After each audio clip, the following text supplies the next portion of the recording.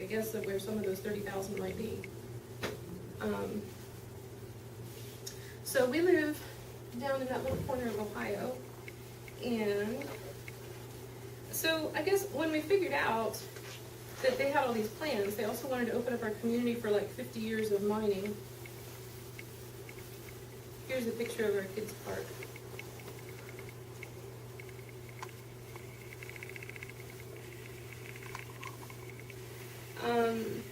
That just didn't seem acceptable to me. And we started having public hearings for all these proposals. And it was, at first, there were other people going, but it's really intimidating to speak out in these public hearings because typically what the industry will do is they'll have like 200 people come in from outside and they're all wearing their neon t-shirts and they're construction workers and like big burly guys that want the construction jobs. And the last couple public hearings have been really bad. Like they started jeering at us and making really, one of them, there was a young woman that got up from OU to give comments and he started going, ooh baby, you know, like that, just really sexual harassment. And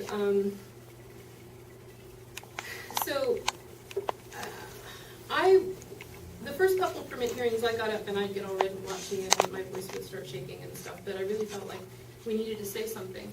And people, some of them might give me like a thumbs up under the table, or they'd start taking me aside and saying, well, you know, have you thought about this? Have you brought this part up or whatever?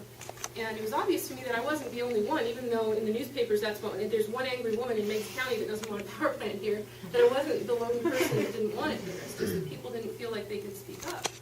And so, again, with the help of students, we started a listening project. And we had students that came from Pennsylvania and West Virginia and Virginia. And we divided people up in teams, and I did education about some of the cultural differences that might exist between a community like mine in southeastern Ohio and Philadelphia, for instance. And we, you know, talked a little bit about, you know, values, community values, and things like that. But basically, the purpose of the listening project was just to ask people if they were aware that all these things were pending, and if they had a problem with it. And to create a safe space for people to come out and talk about it that was away from 200 big burly guys going and invading, you know.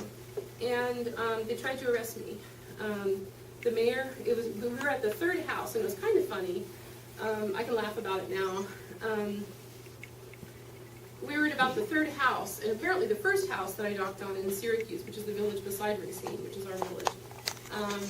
I knocked on the door, and the woman that answered, you know, we gave her the flyer. We just had like asthma statistics and a picture of our school, and, you know, are you aware that there's 5 power plants proposed? How do you feel about it? You know, come to this meeting at the library. And she said, I don't know. She said, I'll have to ask my husband. And I didn't think too much about that because that's normal where I'm from, that women defer to the men. It's just like that. I'm not like that, but a lot of people are. And so I didn't think too much about it.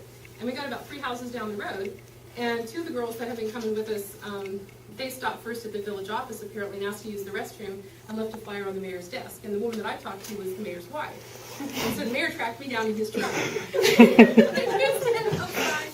And I was talking to a community member, and he was, you know, telling me a kind of typical response, one, for the power plant because my son's in engineering school, when he graduates, he needs a job, and if we don't have this power plant, he won't have anywhere to work. And so for a lot of people, as bizarre as it may sound, knowing that it causes stuff like autism and learning disabilities and mercury contamination and everything else, for a lot of people where there are no other choices, it's about keeping your family together. Which I know, it sounds pitiful, but it's true. And so we were having that conversation, and he said, oh, you're with the mayor? I said, no, we're not with the mayor. And when we turned to walk away, he got out of his truck and he came up and he said, if you guys go home right now, I will not have you arrested. And I was like, what? And he said, you're breaking the law. And I said, we're just asking people how they feel about these proposals and offering a place for people to meet and talk about it. And he goes, well, that's soliciting, and we have an ordinance against that. And I said, we're not asking for money. This is nothing political, nothing like that. And if you go home now, I won't arrest you. And I said, well, could I see a copy of that ordinance? And he said, no. He said, this is my office, and my office is closed. Well, it wasn't closed 20 minutes ago, and 2 of my girls had been there to use the restroom, but he didn't want to show us the ordinance. And so I asked him, I said, well, theoretically, if we were soliciting, which we're not doing, I said, what would we need to do for this to be legal? And he said, well, you'd have to come to a meeting and you'd have to ask for an application to apply to be able to do this. You'd have to ask for an application to apply to do this. And I could tell he wasn't going to leave us alone, and it was pouring down rain, and everybody's spirits were a little soggy. And so we went on home, but he followed us. I said, well, don't arrest anybody till I get everything rounded up, because we had multiple teams out. And so when we got the last of our folks rounded up to go home, he pulled up beside me and he goes, you just keep on doing what you're doing. And I said, no, I said, if there's something that we need to do to make this acceptable, we'll do it.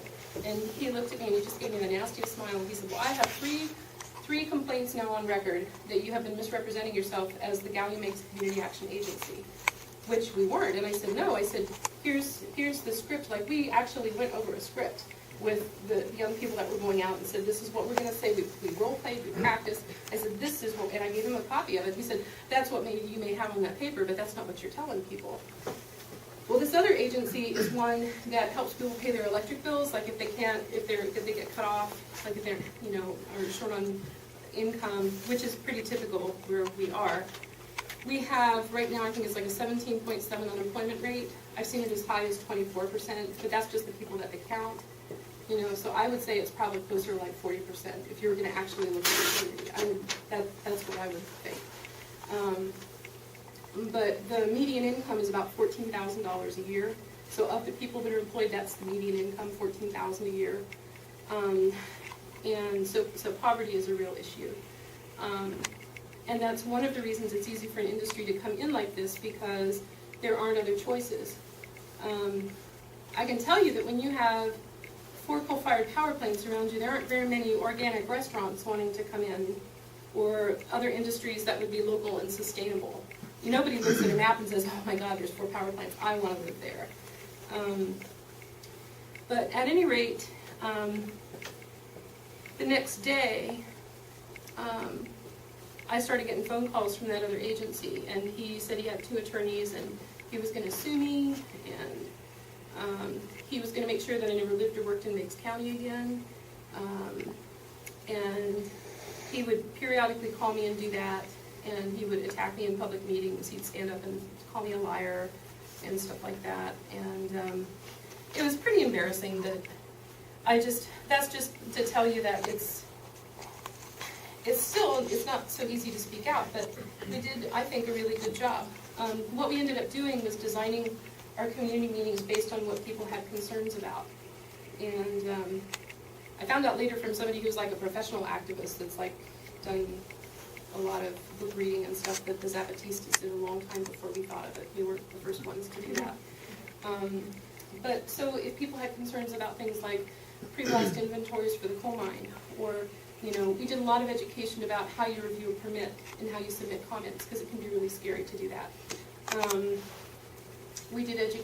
I paid for an attorney to come down and look at the permits with us and talk with our community members. And by the time the coal mine permit came around, it went from just being like one woman with a red face and a shaky voice to having more people than what could sit in the chairs that they put out for us. I had to stand up. And I was the last one to give my testimony at that hearing. And there was a guy from the coal company that came in and started flipping the lights off and on. I'm like, come on, hurry up, let's go home. It was really disrespectful.